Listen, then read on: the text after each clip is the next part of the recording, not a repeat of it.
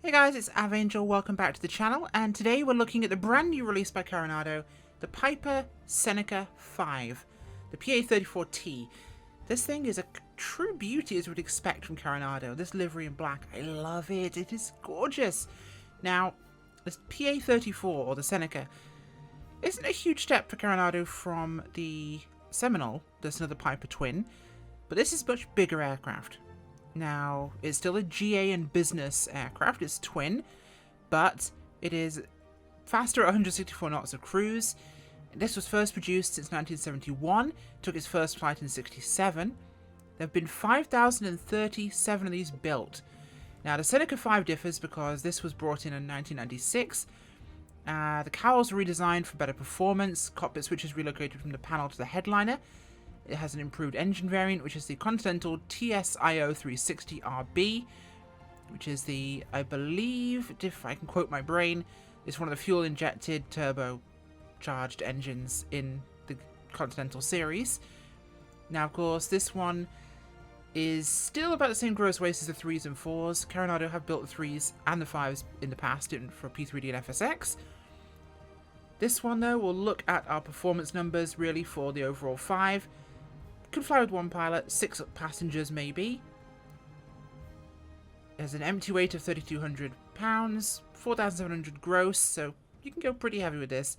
Max takeoff of 4,750 pounds. So it has those 2 Continental engines, and they can put out 220 horsepower apiece.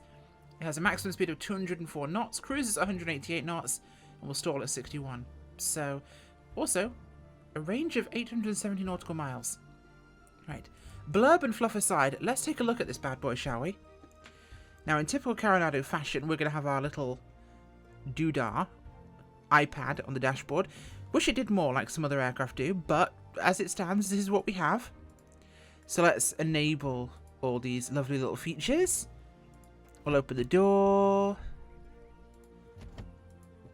And yes, let's take a look outside, shall we? So, of course, we have our loading door at the back. Now, with the Seneca, I'm hoping at some point they'll do the Saratoga.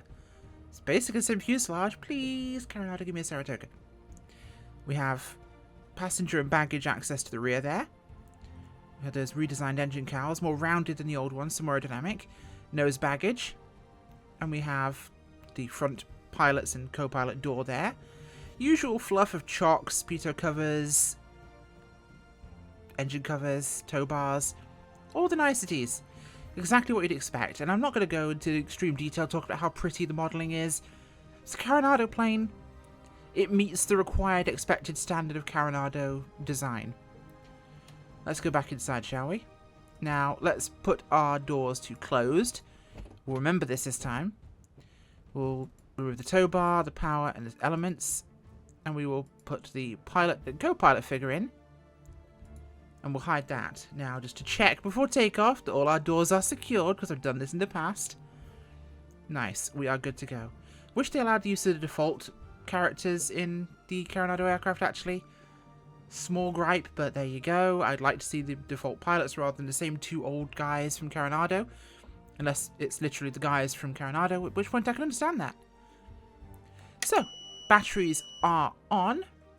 We're going to start up the aircraft. Those are the cowl flaps, of course, for the aircraft's engines. Relearn my way around this in front of you. So those are the switches relocated up. Those are all our light switches. So our rotating beacon is on. Or is it?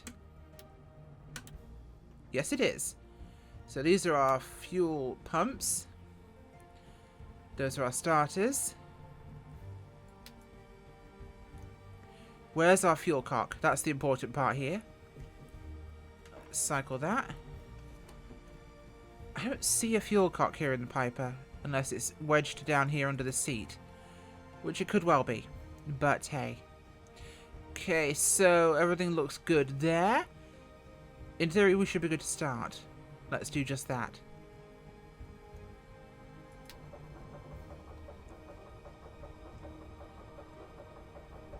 Of course not. There'll be a fuel cutoff switch somewhere that I can't find, so as for some reason the sim doesn't like me moving forwards. Let's see if the actual cockpit views do anything here. Okay, Oh, there we go. There we go. Okay. Yeah, nice. Carenado. I appreciate that.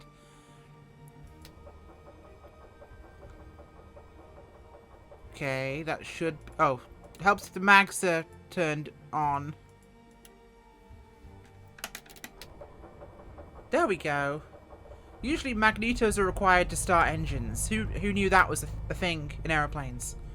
I mean, I certainly didn't. Why would I assume that? Who would assume that magnetos were necessary? Okay, so we are running. Now, one thing I will say is FPS is higher than previous Carenado aircraft that I've noticed so far. Let's get our instruments on. The rest of our lights are enabled. Now, here we have a weather radar. Let's see if this functions, shall we? Okay, it's on. Is it doing anything?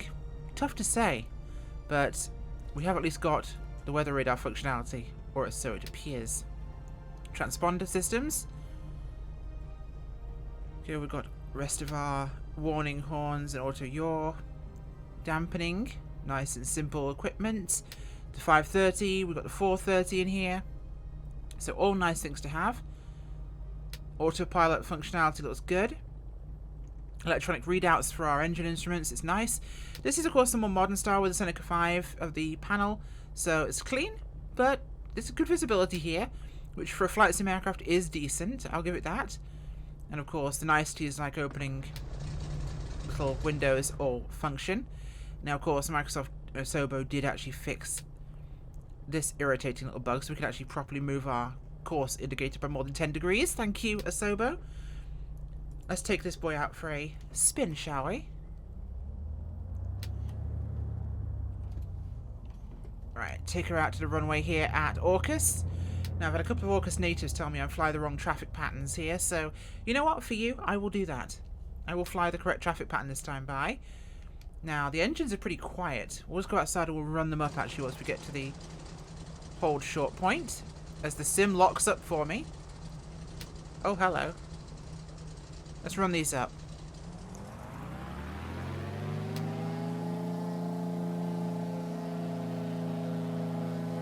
Interesting. It sounds like a flock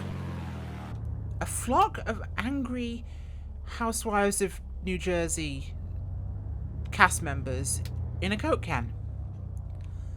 I don't think that sounds right. It might, but it sounds kind of tinny and whiny.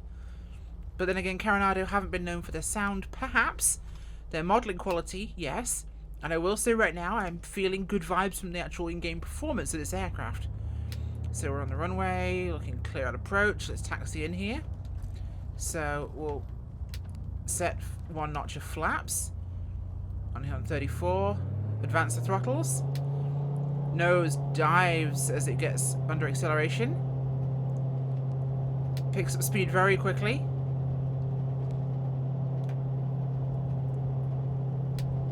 She comes off the runway. Gears transitioning up. Pull those flaps. Now what's it bothering me with on here? Oh, the engine start's still on. Okay. Let's turn that off.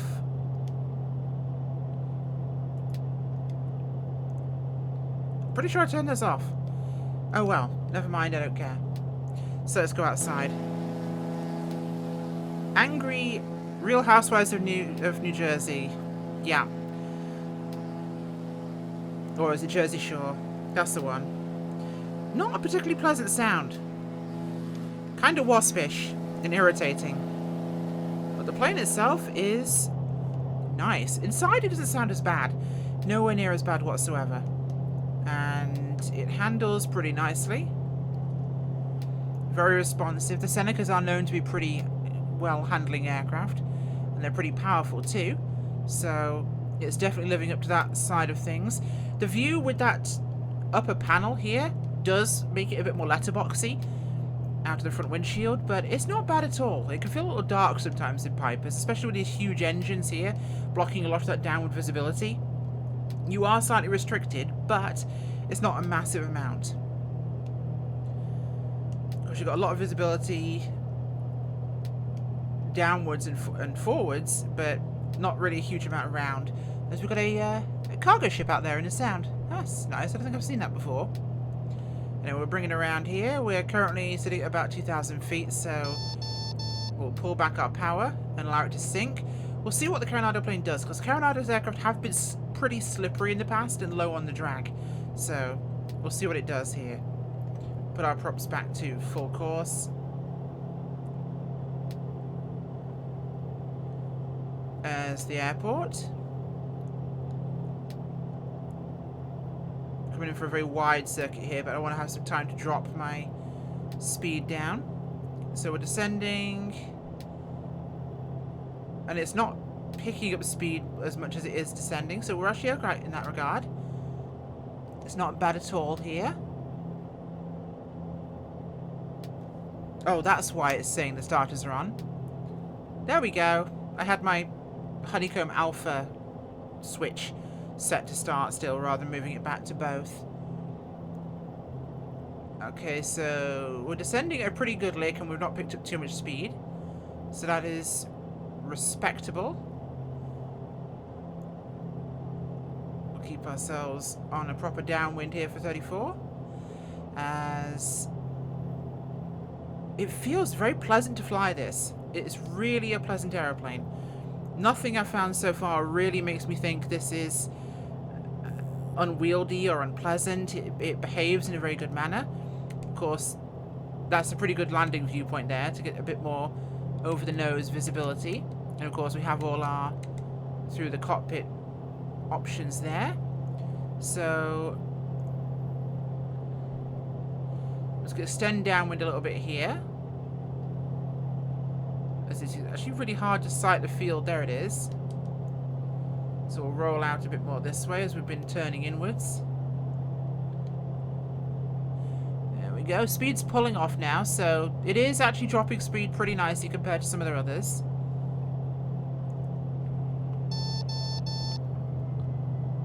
Okay, gear's going down, and I can definitely feel the drag kick in as the gear comes down. So when it's clean, the aircraft's pretty clean, but when the gear comes down and the aircraft's dirty, it definitely feels a lot more draggy. So I will say that compared to other Carenado planes, this definitely appears to have a bit more correct behavior when it comes to drag in its behavior. So we'll knock a notch of flaps in here, and this is again one of my spectacularly textbook lazy patterns while I'm more focused on testing the plane and doing it in a single circuit. Now if I was messing around here doing a whole flight, yes, we'd have a lovely box circuit, but I'm testing, so it's just a matter of bringing it around, get it on the ground to see how it actually makes approach for you guys, because I know how to fly a circuit, but you care about the plane, not how nice my box circuit is. And there's no actual ATC to yell at me, so I can do this quickly and efficiently. So we've overshot runway heading, we'll just adjust it back. That's absolutely fine for the sake of the test. Pull the throttle back a bit more. Give it 2 notches of flaps here. As we're going to roll it into line up on final. Little adjustment to the rudder there. A couple of clicks of nose up trim here just to kind of trim myself out for approach. Aircraft does a lot with very little control inputs here, so it's feeling very nice. And for a twin that can cruise at 180 plus knots, this could be the plane I use for my Trans-Canada flight, because this thing is low effort. It flies very nicely, it's comfortable, and it is nimble. And as I mentioned, compared to other Carenado planes, I am genuinely impressed at the performance of this in the sim. It's really having no impact whatsoever. In fact, I'd say it's more akin to some of the lower impact DLC aircraft that have come out of late.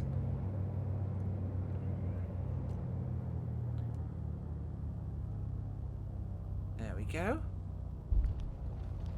Oh, greased it. Hello, first ever time taking off and landing the Seneca, and we grease it like butter on a crumpet. Yes, I said crumpet because I really want to go in the kitchen and get one now. Now I'm thinking about crumpets. Okay. That was nice. It behaved as I wanted to. I made a bit of a floaty approach there because I wasn't quite feeling the approach speed, but I haven't looked at any kind of flight numbers for this thing in terms of what it should fly at. This is a first look review, not an actual in-depth, is this on the bang for performance? But I will say, it flew like I would expect it to fly. It had a natural feel to it. It behaved when I worked the throttles. It did what I expected it to do. So I like this. For the price of £24, I think we're looking in the region of probably 30, maybe a few more dollars. It isn't cheap. It's a Carenado plane, and you're paying Carenado aircraft prices. However, much better performance than previous Carenado releases, so if they've worked out how to do something, guys, keep doing it. Whatever you did with this, it works. It looks great. Well, for some reason I pressed the stop recording button. That was a good move by me. We'll pretend that was an intentional thing and I meant to cut here, but the aircraft is incredibly well behaved and incredibly well handling. The performance is good, it looks good, it flies well, and for the amount of money, I feel like I genuinely, for the first time in 2020, got a finished aircraft out of Carenado. The sounds could be improved, I agree. But you know what? This isn't bad. This is not bad whatsoever. This looks stunning. The liveries look great. And I'm sure the community will have some options out in no time whatsoever. But this is a lovely, lovely aeroplane. I realise I'm almost parked up there. It's because I'm about to taxi back into the hangar. But this thing is nice. I think they have done a good job with this. I don't know what they did to optimize it, but it worked. Well, folks, thank you for watching. Hopefully you enjoyed this video. It was a quick one. I wanted to get this out today as it came out yesterday. So enjoy the video, and thank you for watching. Bye.